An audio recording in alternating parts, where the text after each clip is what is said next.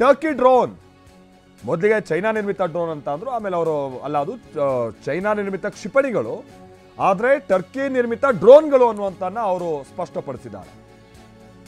ಈಗ ವಿಶ್ವದ ಹಲವು ರಾಷ್ಟ್ರಗಳು ಯುದ್ಧ ಮಾಡ್ತಾ ಇರುವಂತಹ ಸಂದರ್ಭದಲ್ಲಿ ಟರ್ಕಿ ನಿರ್ಮಿತವಾದಂತಹ ಡ್ರೋನ್ಗಳು ಬಳಕೆ ಆಗ್ತಾ ಇದೆ, ರಷ್ಯಾ ಬಳಸ್ತಾ ಇದೆ. ಇಸ್ರೇಲ್ ಯುದ್ಧದ ಸಂದರ್ಭದಲ್ಲಿ, ಇಸ್ರೇಲ್ ಮೇಲಿನ ಯುದ್ಧದ ಸಂದರ್ಭದಲ್ಲಿ ಹಮಾಸ್ ಸೇರಿದಂತೆ ಅವರ ಶತ್ರುಗಳು ಅದನ್ನು ಬಳಸ್ತಾ ಇದ್ದಾರೆ. ಬಹಳ ಪವರ್ಫುಲ್ ಡ್ರೋನ್ ಅಂತ, ಇದು ವಿಶ್ವದಾದ್ಯಂತ ಬಹಳ ಖ್ಯಾತಿಗೆ ಒಳಪಟ್ಟಿರುವಂತಹ ಡ್ರೋನ್ಗಳು. ಆದರೆ ಅಂಥ ಡ್ರೋನ್ಗಳ ಸ್ಥಿತಿ ಭಾರತದಲ್ಲಿ ಏನಾಗಿದೆ? ಭಾರತದಲ್ಲಿ ನಮ್ಮ ಏರ್ ಡಿಫೆನ್ಸ್ ಸಿಸ್ಟಮ್ ಅಂಥ ಡ್ರೋನ್ಗಳನ್ನು ಹುಡುಕಿ ಹೊಡೆಯೋದ್ರಲ್ಲಿ ಸಫಲವಾಗಿದೆ.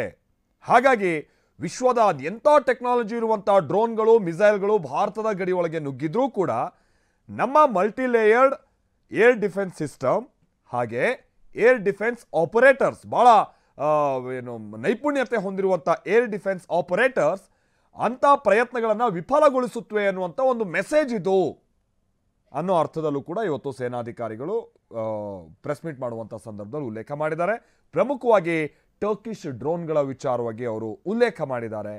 ಟರ್ಕಿಯ ಡ್ರೋನ್ಗಳು ಭಾರತದ ವಾಯು ಪ್ರದೇಶವನ್ನು ಹೊಕ್ಕೋದಕ್ಕೆ ಪ್ರಯತ್ನ ಪಟ್ಟಿದ್ದು ನಿಜ, ಆದರೆ ಅವುಗಳನ್ನು ಹೊಡೆದುರುಳಿಸಿದ್ದೀವಿ ಅಂತ ಹಲವು ಈ ರೀತಿಯಾದಂಥ ಡ್ರೋನ್ಗಳನ್ನು ಹೊಡೆದುರುಳಿಸಿರುವಂಥ ಫೋಟೋಸ್ಗಳ ಮುಖೇನವಾಗಿಯೂ ಕೂಡ ಇವತ್ತು ಅದನ್ನು ನಿರೂಪಿಸಿದ್ದಾರೆ. ಅದರ ಜೊತೆಗೇನೆ ಪಾಕಿಸ್ತಾನದ ಏರ್ ಡಿಫೆನ್ಸ್ ಸಿಸ್ಟಮ್ ಹೇಗೆ ಅಲ್ಲಿ ಅವ್ರು ಅಂದ್ಕೊಂಡಂಥ ಕೆಲಸ ಮಾಡಿಲ್ಲ.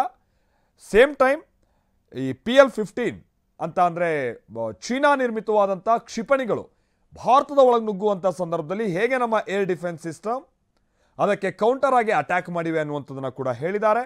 ಪ್ರಮುಖವಾಗಿ ನಮಗೆಲ್ಲ ಭಯ ಇದ್ದಂಥದ್ದು ಭಾರತೀಯರಿಗೆ, ಭಾರತದ ನಾಗರಿಕರಿಗೆ, ಜೊತೆಗೆ ಸೇನೆಗಿದ್ದಂಥ ಆತಂಕ ಅಂತ ಅಂದರೆ ಟರ್ಕಿಶ್ ಡ್ರೋನ್ಗಳು ನಮಗೆ ಭಾಳ ಘಾಸಿ ಉಂಟು ಮಾಡ್ಬೋದು, ಭಾಳ ಕರಾರುವಕ್ಕಾದಂಥ ದಾಳಿಯನ್ನು ಅವು ನಡೆಸುತ್ತವೆ ಅನ್ನುವಂಥದ್ದು ಒಂದು ಭಾಳ ಬೇರೆ ಬೇರೆ ಕಡೆ ಯುದ್ಧ ಆಗ್ತಾ ಇರುವಂಥ ಸಂದರ್ಭದಲ್ಲಿ ಸುದ್ದಿ ಆಗ್ತಾ ಇದೆಯಲ್ವ.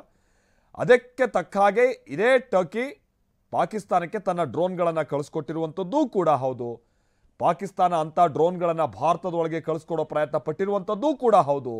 ಹಾಗೆ ಅಂಥ ಡ್ರೋನ್ಗಳನ್ನು ನಾವು ಹೊಡೆದುರುಳಿಸಿರುವಂಥದ್ದು ಕೂಡ ಹೌದು.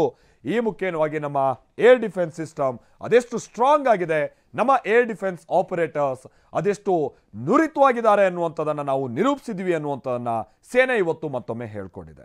ಇದಕ್ಕೆ ಸಂಬಂಧಪಟ್ಟಾಗಿನ ಮತ್ತಷ್ಟು ಅಪ್ಡೇಟ್ಸ್ ನೋಡೋಣ.